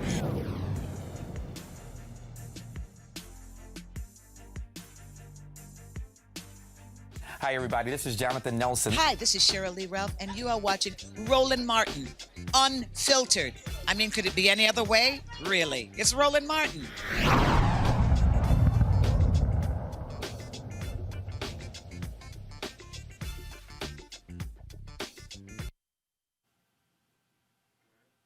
Mortal, not a god. The members of the General Assembly are mortals and not God. The members of the Congress, they are mortals, not God. Bowing down is not an option. We will stand up again. We will march again. We will preach again. We will organize again. We are black. We are white. We are Latino. We are Native American. We are Democrat. We are Republican. We are independent. We are people of faith. We are people not of faith. We are natives and immigrants. We are business leaders and workers and unemployed. We are doctors and the uninsured. We are gay. We are straight. We are students. We are parents. We are retirees. We are North Carolina. We are America. And we're here and we ain't going nowhere.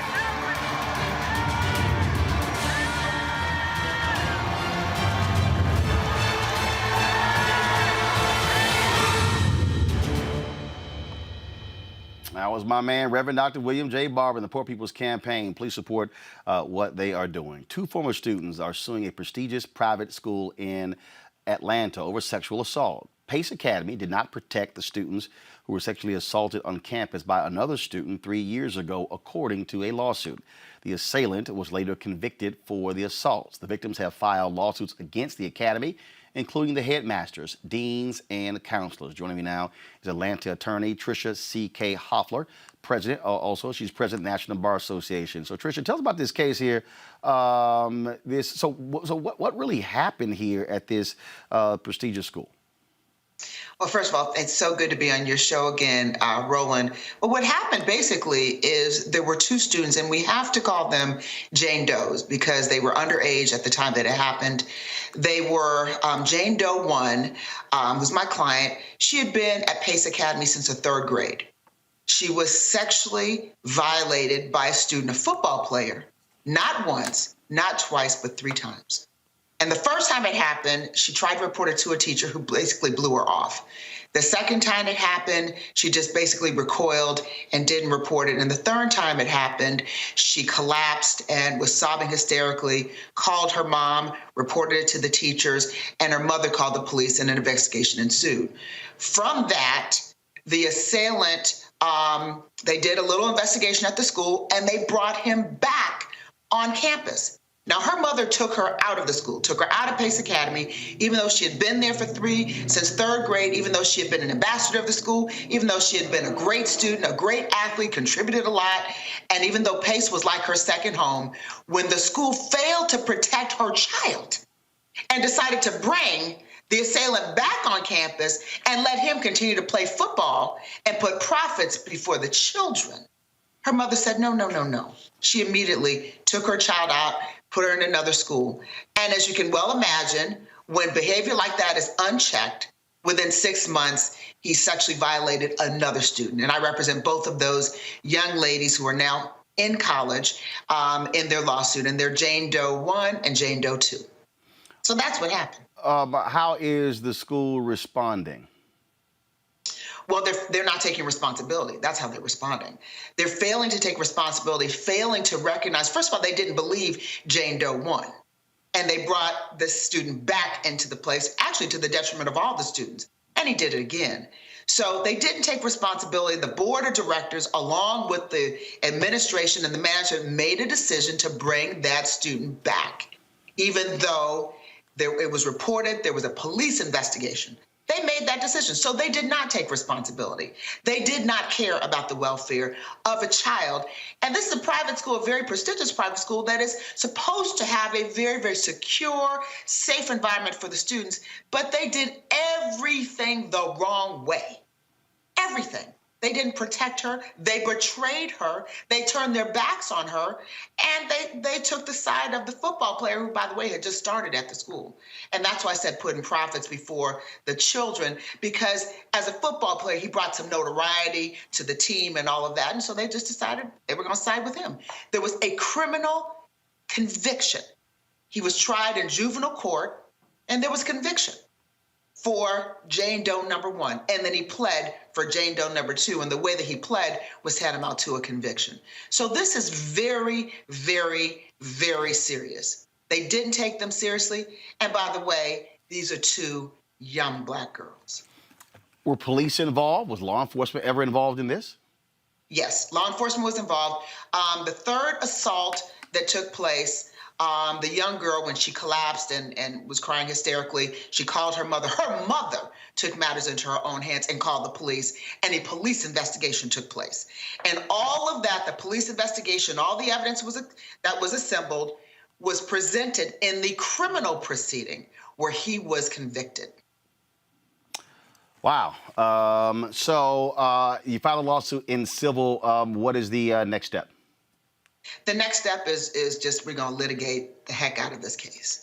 The voices of these young girls must be heard. The school must take accountability, must take responsibility for not protecting these children.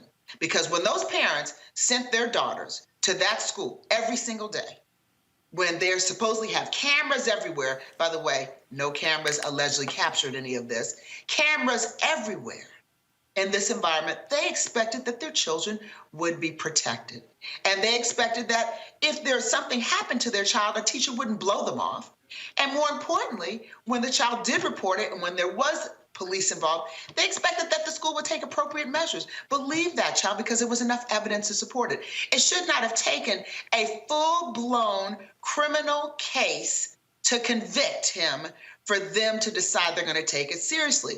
So keeping this person who actually was tantamount to a sexual predator on that campus with other girls, with other students, so that he could violate some other student is simply inexcusable, unacceptable, and not the way that you would expect any school, public or private, to act when confronted with someone who did something wrong and violated another student's body. That is just not what's supposed to happen. They got to do better. They got to be accountable, and that's what this litigation is about, accountability. Tricia Hoffler, we certainly appreciate it. Thank you so very much for letting us know about this. Absolutely. Thank you. Thank All you. right, folks, the Supreme Court approved request that allows the Trump administration to end the 2020 census early. The U.S. Census Bureau announced that it will keep accepting responses online at my2020census.gov through October 15th at midnight.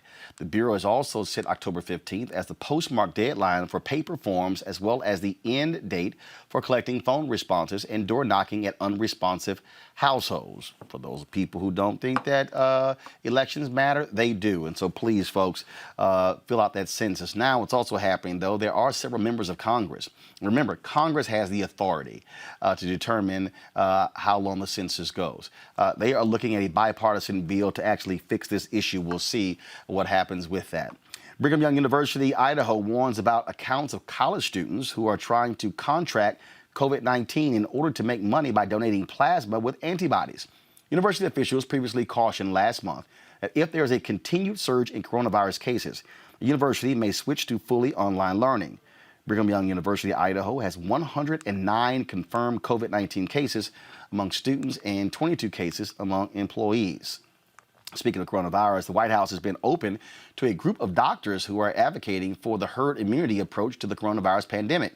Scientists who are behind the proposed plan argue that if the virus spreads naturally among young people, healthy people, while protecting vulnerable populations, herd immunity could be achieved. The plan has been signed by more than 447,000 citizens and more than 9,500 medical practitioners. However, it has been widely criticized by mainstream public health experts. The head of the World Health Organization called the herd immunity approach simply unethical. And speaking of that, we now know that Barron Trump, Donald Trump's son, was tested positive for coronavirus. His mother, Melania Trump, tweeted, post said that he is getting better, did not show any symptoms whatsoever, but it's clear that the coronavirus outbreak in the White House was much more widespread than we believe. And also, Robert Patillo, guess what? Nick Saban, head coach of the University of Alabama, and the athletic director both have tested positive for coronavirus. Does that mean the people in Alabama are going to say this damn thing is not real?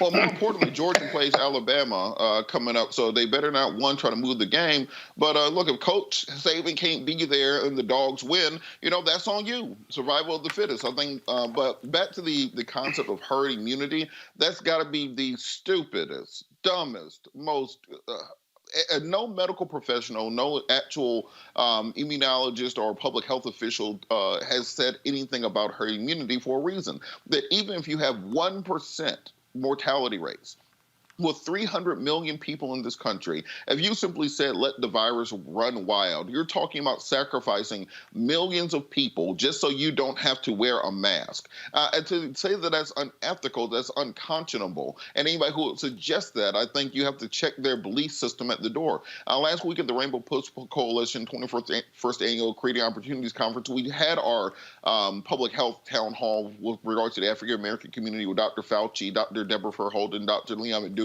from the National Medical Association, and we have protocols in place which could bring this outbreak to an end if people simply took it seriously. I don't get the herd immunity thing, Michael. That's kind of crazy. Well, it's mass murder. I mean, that's what it is. You can spin it and curl it up and make it look as pretty and sound as pretty as you would like, but millions of people would have to die to have herd immunity. And so if this is the kind of country we are, to say, okay, you know what? One in two families are going to lose somebody, but we'll have herd immunity. If that's the direction folks want to go. But again, if that elections have consequences. So if you reelect this kind of thinking on November 3rd, and obviously early voting has started already all over the country. But if that's the kind of country you want, you know who to vote for. If that's not the kind of country you want, and you want to wear a mask that takes, I don't know, 2 seconds to put on when you're out in public. It's safe. It keeps people safe. It keeps your family safe. It keeps people you don't know safe. That's about as patriotic as it gets. Then you know who to vote for. It's pretty easy relative to how to deal with this COVID issue and who to support. So it's mass murder. It's dumb. The fact that that folks are even raising it as a real issue is frankly just as real as putting bleach in your system. It's stupid and idiotic. First of all, listen to any of these idiots is crazy, Scott. And I'll be damned if I'm going to get coronavirus purposely. I'm good. I'm good. I ain't trying to screw my lungs up. Exactly. And long-term deficits or long-term issues, even if you survive. But understand the specifics of the herd mentality. With a country of 350 million people, 330 million people, you're talking about infecting millions of young people, keeping middle-aged and older people safe if you can do that. And then you're calculating that not 217 or even 500,000, but at least 3, 4, 5, 6, maybe 8 or more million people die to save the country from corona, as opposed to shutting down, using masks, physical distancing, washing your hands, and just kind of getting through it in a very safe manner where you're saving as many lives as possible. That's a huge difference. A smaller country might be able to do that, but even that failed in a couple of the countries that tried that. I don't think it was Switzerland, it was something else. But you're talking about on a massive scale. Michael's right. It's just mass murder. But you think about the people who signed on to that. That's amazing. Hey, but they crazy. Robert, go ahead real quick. Just real quick on that point, let's understand, like I'm in Seattle right now doing the show from my sister's guest room. Well, you have a really super fan across the street, Aaron.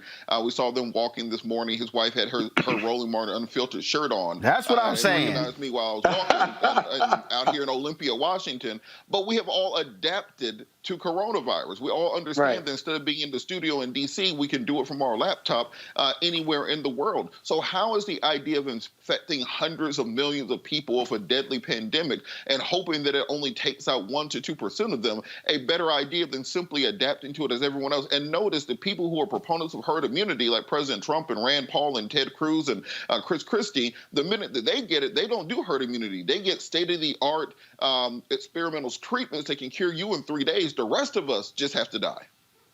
That's exactly what it is. All right, folks, y'all know what time it is. White people or no? Crazy. Wilding out. I'm white. I got you, huh? I know. I'm on my property. Whoa! Hey! Give us your right. You don't live here. I'm uncomfortable. All right, y'all. Amy Cooper, sometimes publicly called the Central Park Karen, has been charged with filing a false report in a confrontation with a black man in Central Park in May. She's charged with falsely reporting an incident in the 3rd degree in her confrontation with Christian Cooper. According to prosecutors, there was a previously undisclosed second 911 call where she said he assaulted her. She appeared in court virtually, and Assistant District Attorney Joan Aluzzi Orban said she would discuss a rehabilitative program with the defense. The judge set the next hearing for November 17th. Now check this out, y'all. A Trump supporter identified as Robert Brissett was filmed taunting Black Lives Matter supporters with homophobic slurs before violently coughing on them at a gas station in Utah. You Democrats, Black lives don't matter, all lives matter. You look like a little pansy-ass piece of shit, too. So do you.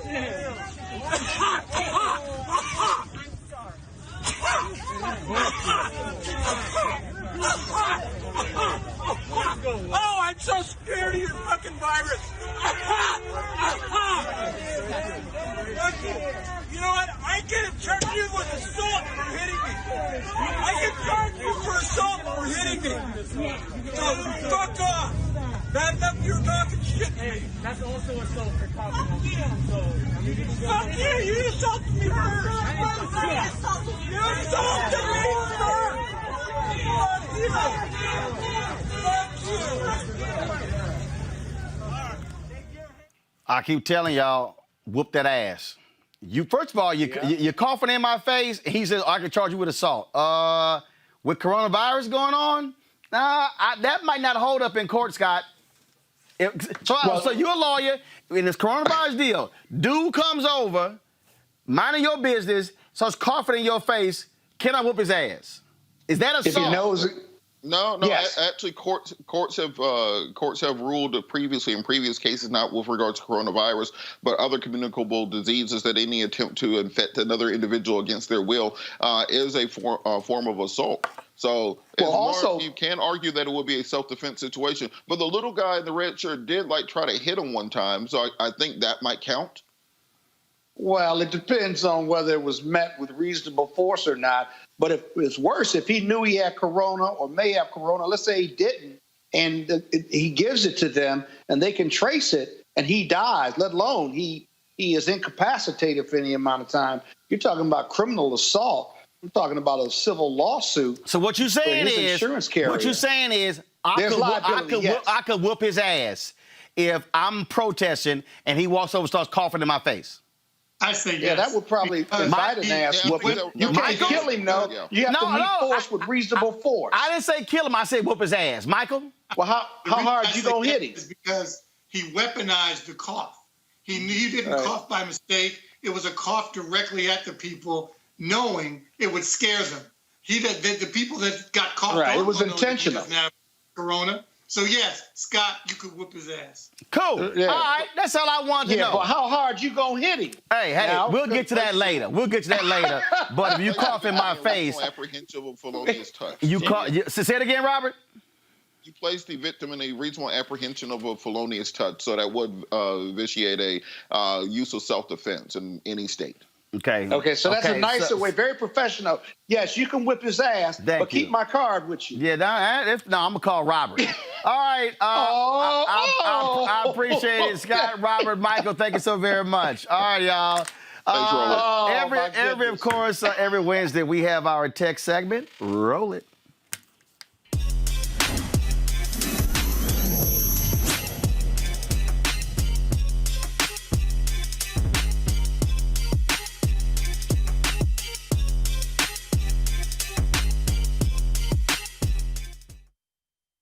So actually, we're going to do this here, folks. I'm going to get one more break in, then we're going to come back for our tech segment on Roland Martin Unfiltered. Back in a moment. We have to try and get to young people and make them matter, especially Latinos, because like you said, we're the fastest growing demographic in the country. I myself talk to people all the time. They're like, the kids in my family that are now eligible to vote, they're like, yeah, but, it's just such a big task. It's so overwhelming. And I'm like, yeah, we're not changing the world in one day. We're just trying to make a small difference, and you do matter. Your vote does matter.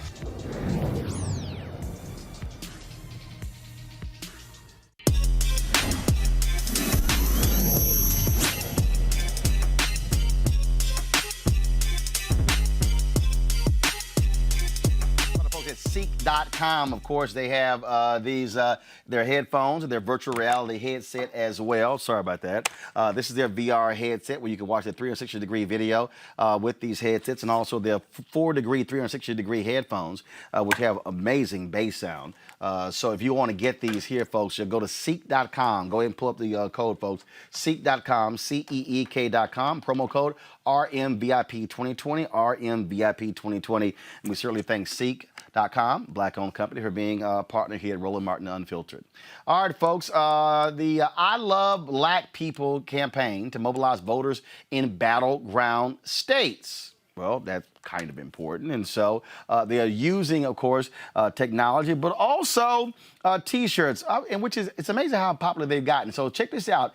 Here are the shirts right here, folks. And what's interesting about these shirts, they actually have a QR code on the shirts, which if somebody sees it, they obviously can then get information about voting. Joining me now is Jarvis Houston. He is a spokesman for Love Black People. So Jarvis, who came up with this idea? Yes, how you doing, Fred? The idea came for our founder, Sinclair Skinner, who's a Howard alum, a member of Kappa Alpha Psi, but we won't do anything for him for that. He came up, he called me one day about the idea to run a first ever Black Business Get Out the Vote drive, where we're mobilizing Black businesses in all 10 battleground states and also the state of Mississippi. And the program is extremely simple. We send window signs and T-shirts to Black-owned and Black-friendly businesses in any of the battleground states, such as my Dominican brother at Luna's Groceries in Madison, Wisconsin, or my sister with Honey Sage in Milwaukee, Wisconsin, or my friend that has a bodega in Flint, Michigan. And Brother Seafood in Flint, Michigan, for example, they give out T-shirts to their customers. They educate them about voting. And it's simple. They hit the QR code, and then that automatically educates you about voting, such as provisional balloting. Most of us don't understand provisional ballots. If you turned away from the polls, such as an ID issue in North Carolina or some other issue in Wisconsin, by law, you can still fill out and cast your ballot via provisional ballots. So our goal is educating the voters, number one, and also, instead of someone sending you a random text and knocking on your door or calling people that you don't know, is a lot more powerful if you have a Black business owner that knows your grandma, knows your kids, knows your family, to talk to you about the importance of voting. And during the Civil Rights Movement, the same thing. The Black businesses, they looked at progress before profit. And it's the same thing today, years and years later, that we have these Black businesses all working together, mobilizing over 500,000 voters in 10 battleground states in the state of Mississippi to get folks out to vote. And during the program, they're mobilizing customers, and each customer is mobilizing 5 people. We're calling it Arrive with 5 people at the polls. Or Arrive with 5 people by getting 5 people to send absentee voting or early voting or any type of voting. The goal is to get 500,000 people to vote via organizing Black businesses in battleground states in the state of Mississippi. So how many different shirts do y'all have? We have one shirt. We have the I Love Black People T-shirt that has the QR code, and we also have window signs. You know, if I'm walking down Brooklyn or Chicago on the main street or Raleigh, North Carolina, you have the area where you have the Black businesses. So it's very powerful to see these window signs instead of, the same old political sign where you see somebody's face and sign. You say, okay. But when you see I Love Black People and I'm a proud Black-owned business, and you come in, we sign you up, get your information, such as your phone number to send you a text message or your email address, and then we start mobilizing you to vote. Because me being in politics for years, you can't just get someone to vote just talking to them one time. You got to send them a text, you got to send them a telegram, you got to call them, you got to knock on their door, you got to make a phone call, and you also got to touch them face to face. So we're using every means possible to hit the person at least 5 to 7 times before Election Day.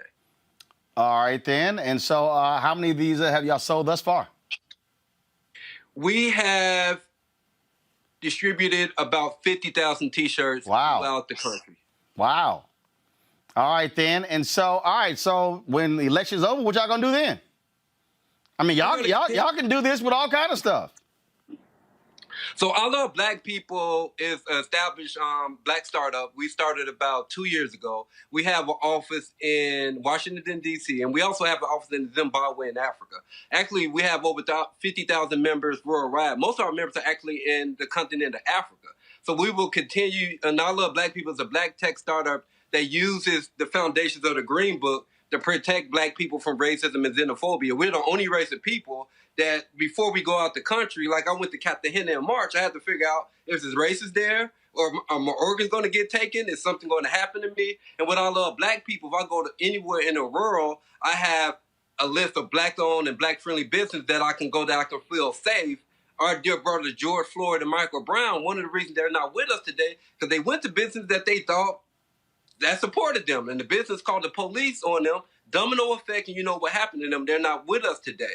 So we want to make sure that we provide safe spaces to Black people throughout the world by providing Black-owned and Black-friendly spaces by going to our app or going to the I Love Black People website, using technology such as Uber. Even 10 years ago, if I tried to take a cab in D.C., that was a problem.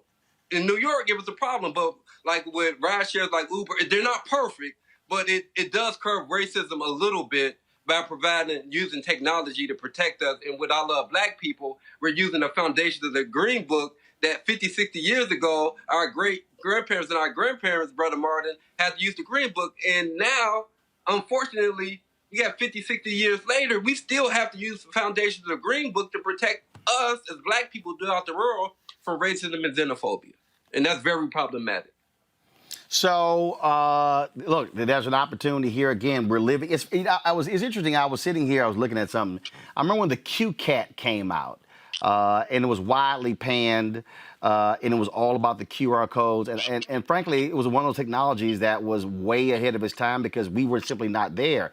Now, of course, like for instance, you don't even need the separate app for the iPhone. You just simply use your camera. Boom, takes you right to the website. And so this really makes it a lot easier. You know, I might since y'all doing that, I might have to hit my designer. And so when we do our Roland Martin Unfiltered shirts, we may put our Cash App QR code on the back, so when somebody sees it, they can just give right there.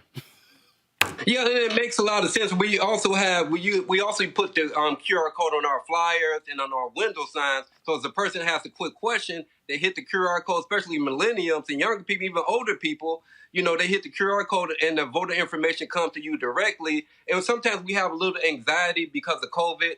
All of us as black people, we know someone that lost their jobs because of COVID, and we know someone that lost their life because of COVID. And that's systemic racism, and that's the world that we live in today. And people have anxiety about voting. So if you have a black leader, a black business owner, a minister, and you also have technology, you know, in your hand, and you feel a little bit at ease, and that pushes you more to be willing to vote, especially if you feel like I don't have ID or just, you know, or I'm an ex-offender and I know I can vote, but I'm kind of scared. Now, if you're educated, you understand provisional ballots and you understand the laws in your state, that can push you more and give you the confidence to vote. And that's what we're doing. We're educating you and providing you the confidence and leadership and education to get you out to vote. All right, and that's why you an alpha man. Jarvis, I certainly appreciate it, Frat. Thank you so very much. All right, thank you, brother. All right, take care, folks. ILoveBlackPeople.com. All right, y'all. One of the reasons why we want y'all to support what we do here at Roland Martin Unfiltered because of segments just like that. Here you have a segment that's sponsored by a black company, Mary Spiel, Seek.com, and then you have us highlighting black technology companies and the work that they're doing with ILoveBlackPeople.com. And so we want y'all to support what we do. More than 13,000 of our supportive fans have joined our Bring the Funk fan club. Every dollar you give goes to support what we do. Of course, you saw me in Dallas on Monday, Houston on Tuesday. I'm working out details now. I may very well be in Raleigh, North Carolina on Tuesday, next Tuesday, with early voting starting in North Carolina tomorrow. And so Reverend Dr. William Barber and I are talking. Again, I might very well be on the ground there in Michigan, in Georgia, in Mississippi, in South Carolina, and also Florida. I'm looking at Florida October 24th there as well. And so your dollars make all of it possible. Your dollars make it possible for us to upgrade our technology, for us to be able to have better broadcast production. We're out in the field. There's some things that we're about to add that's going to make it better for us as well. And so we want you to support us.